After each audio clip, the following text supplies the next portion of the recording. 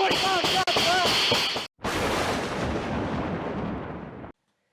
right, I got 10 defensive use of a firearm stories for you from the past week. Let's start in Bryan's Road, Maryland. We got an adult male victim and a 30-year-old suspect who was killed. His name was Carl Braxton, and this looks like it's some kind of domestic violence. All right, DC Fire and EMS is mourning a firefighter killed in an early morning shooting Monday. A district fire department spokesman confirmed that 30-year-old Carl Braxton, an 8-year firefighter and EMT veteran, was the man killed in the suspected domestic violence-related shooting in the Bryan's Road area.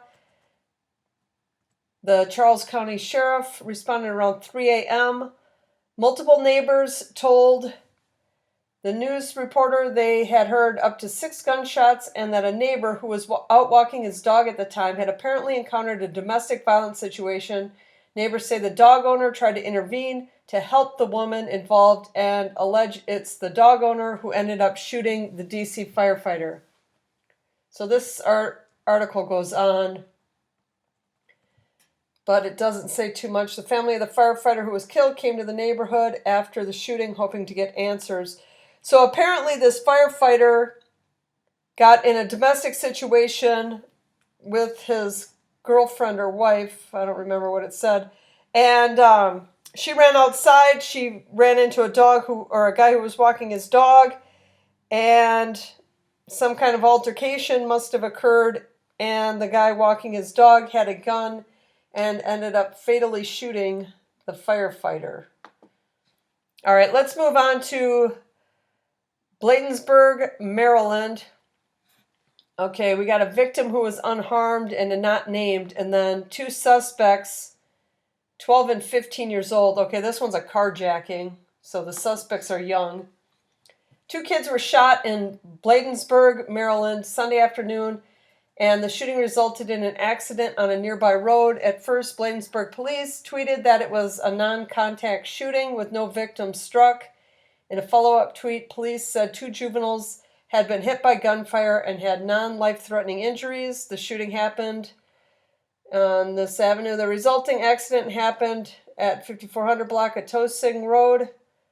Roads in the area were closed while police investigated. Police said the shooting was an isolated incident and there was no threat to the public. It is unclear what happened. Police said the investigation continues. So this was some sort of carjacking, and a victim that is unnamed apparently shot these 2 kids, and they fled in their car and caused some kind of accident.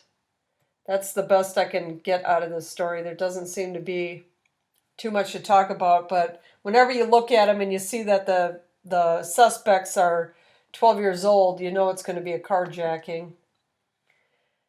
Okay, this one is in Texas, and I'm not even going to try and pronounce the name of the city. We got an adult male victim who was unharmed and another suspect that was killed, 34-year-old Brandon Horton. This is an armed robbery. Police say it was the intruder who was shot in the home invasion Saturday afternoon. 34-year-old Brandon Horton was fatally shot after breaking into a home. According to a press release, 2 people were inside the home, 1 female resident and a male friend, when Horton knocked at the door to the residence. When no one came to the door, Horton used a large metal object to break down the door and enter the home.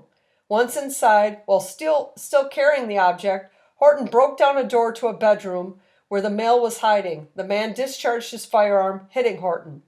The resident and male friend both immediately called 911. After the shooting, both subjects have been questioned and no charges have been filed. So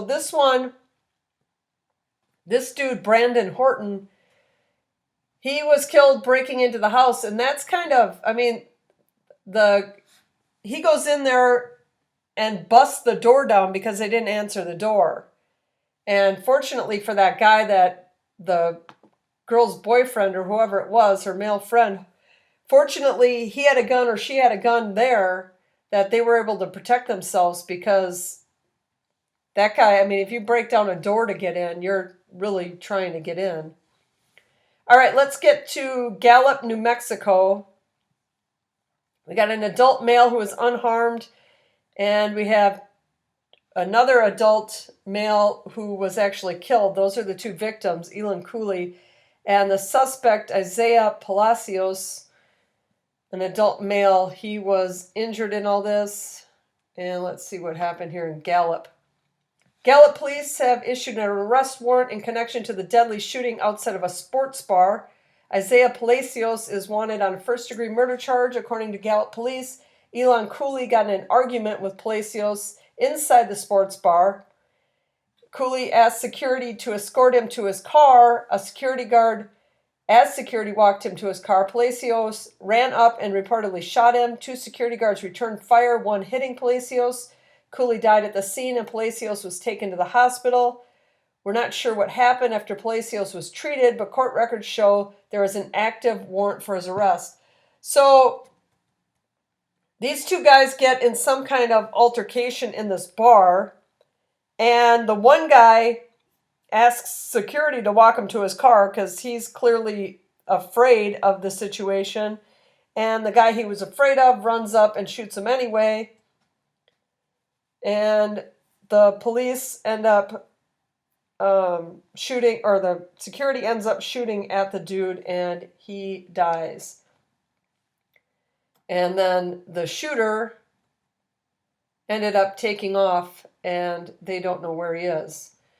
So a lot of that stuff happens in bars. I mean, people get drunk and they do stupid things, and when you have stupid people with guns getting in arguments, and nowadays they think the best way to solve arguments is to just shoot the other person and end the argument with a bullet and a murder charge most of the time.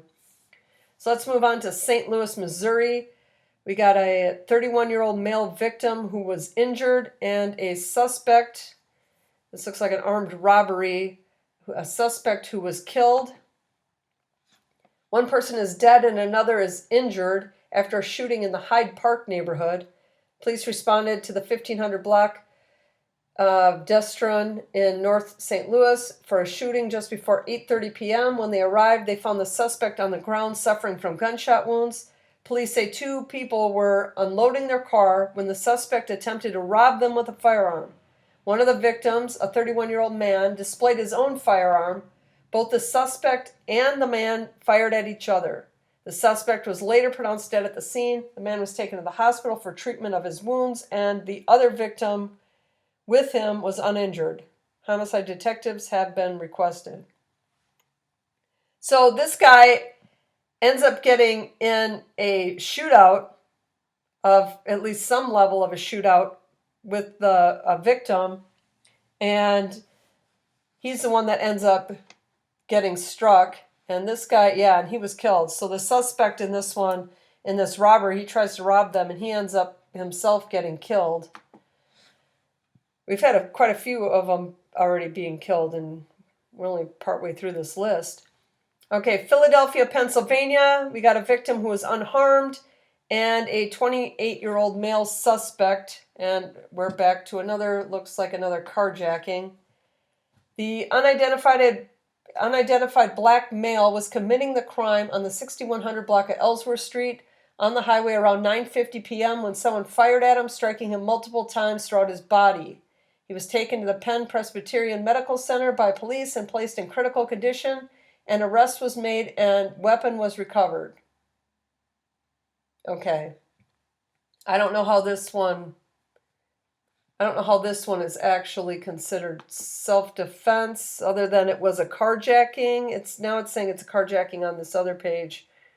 It's a carjacking, so he must have shot at the guy while he was committing the crime.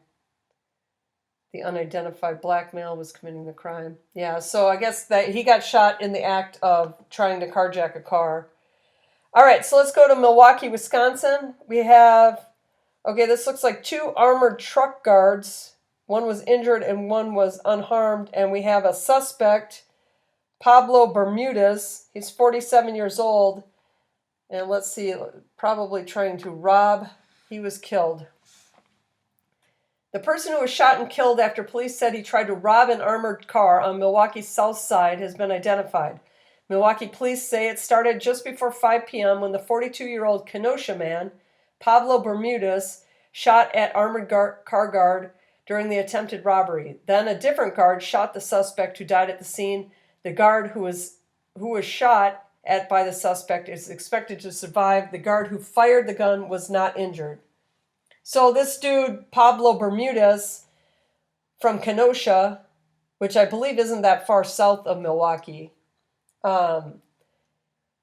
he tried to rob this armored truck, and armored truck driver, the guard said, drive these things, they're armed. So I don't know what he expected, even with a gun, I don't know what he expected, that they weren't going to fire back. But they definitely are armed.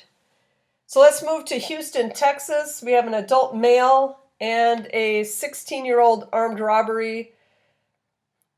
Male, possession of a gun by a felon. Okay, we'll see what's going on with this kid. He's 16 years old. And he's already got, when I'm looking at the incident characteristics, possession of a gun by a felon or prohibited person. Oh, although prohibited person's under 16, yeah, he might not have a felony already. Okay, the fatal shooting of a male about 3 p.m. last Friday will be referred to Harris County. The identity of the 16-year-old male is pending verification. HPD homicide detective reported that the patrol officers responded to a shooting call at the above address and found the male in the roadway. Paramedics pronounced him deceased at the scene. Officers learned he and another unknown male attempted to rob 2 construction workers at gunpoint. One of the workers displayed a weapon in defense, and an exchange of gunfire ensued. The deceased male was struck, and the unknown suspect fled the scene on foot. The construction workers were not injured. After consulting with the Harris County District Attorney's Office, it was determined the case would be referred to a grand jury for review. So this kid's trying to rob construction workers. So I don't know what he's expecting to get out of these 2 construction workers, but he ends up getting killed by one of them who was carrying a gun. And, one less 16-year-old hooligan on the streets. So let's go to Fresno, California. We got a female victim this time. And the adult male was injured and arrested. He was an acquaintance of hers. So this will probably be some domestic violence thing. Let's see. A man and a woman shot at each other on Thursday night in central Fresno. It happened just before 9:30 near Franklin Avenue, Belmont Avenue. Fresno police said a woman who was home alone answered her front door after a man who she'd known knocked. An argument ensued. Then the man tried to shoot the woman. He missed and shot a window.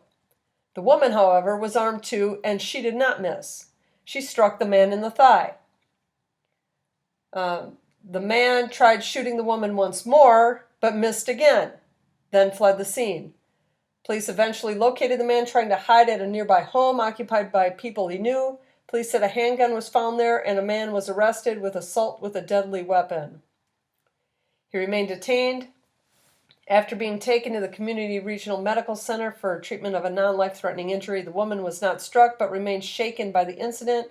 Reyes said the man and woman knew each other, but it wasn't clear how. Reyes said the 2 were not romantically involved and were not neighbors. So this guy goes over there.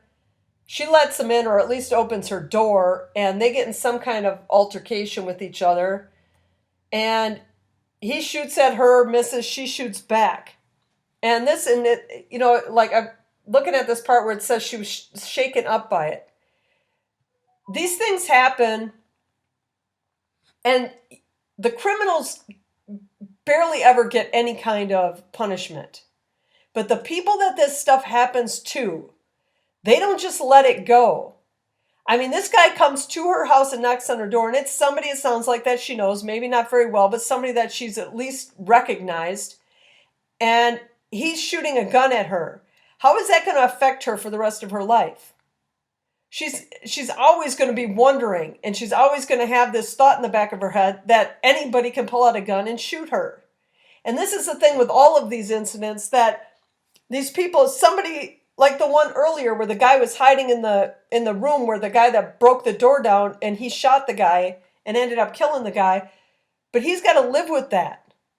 So these criminals have barely anything happens to these guys. Barely anything.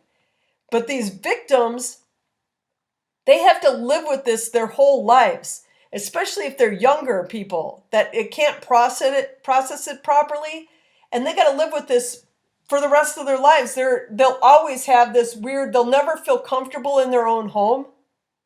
How do you feel safe in your own home when some fool comes and kicks your door in and comes busting into your house with some big metal object trying to do who knows what? I don't know how you ever really forget about that stuff. I don't know how you ever go back to just, laying on your couch and watching TV and feeling like you're safe at night when something like that happens in your house. Okay, this looks like this is the last one. We'll move on to Norristown, Pennsylvania. We have a 20-year-old victim named Travis Cummings. He was unharmed but arrested. Okay, so the victim was arrested. Okay, suspect, 28-year-old male, Shafeeq Robbins, and he was killed. So we got the victim was arrested. So let's see what's happening here. Travis Cummings, a 20-year-old Haverford resident, is charged with illegal firearm possession. Okay, unlicensed carry, evidence tampering, and drug offenses. Authorities say Cummings arrived at a woman's apartment around 11:45 p.m. On May 1st. Minutes later, an intruder forced his way through the door and confronted Cummings, striking and grabbing him. Cummings fired a single shot at the suspect's chest and ran out of the apartment. The man who was shot, later identified as 28-year-old Shafeeq Robbins of Norristown, was pronounced dead at Suburban Community Hospital. Investigators say Robbins said the woman who lived at the apartment that Robbins and the woman who lives at the apartment have a 3-year-old child together. The woman also reportedly had a standing protection order from abuse against Robbins. So this is the baby daddy shows up and ends up getting shot by this other guy there. Detectives claim that surveillance footage shows Cummings stashing something in a white van on Green Street after the shooting. Police later recovered a handgun, crack cocaine, marijuana, and $2,200 in cash from the scene. Cummings was arrested a short time later. His case details were not immediately available. In an autopsy on Tuesday, Robbins' death was ruled a homicide. His killing remains under investigation. So this guy ends up getting arrested, not for shooting the guy who died, who was like striking him and grabbing him apparently. He doesn't look like he's got arrested for that, but he did get arrested for having drugs and a handgun on him or stashed in a car nearby.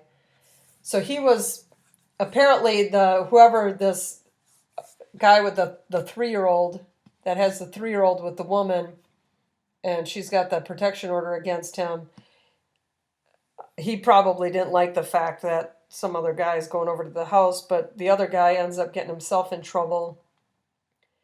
Maybe not yet for the shooting, but for having drugs and other stuff on him. So that's it for today, for this week. Those were the 10 we had. Hopefully you found some of them at least interesting. I kind of like doing them better as a group like this because I find having more of them makes them more interesting than each on their own.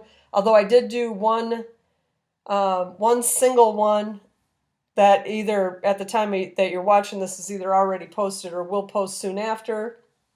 And I did that as a short, and I thought I'd try some of these out as shorts and just see how they do, see if people like them. And but that's all I got for you today, and I'll be back next Wednesday with more defensive use of a firearm incidents. Because if the criminal does not fear the police, a judge, or prison, he must be taught to fear his victims.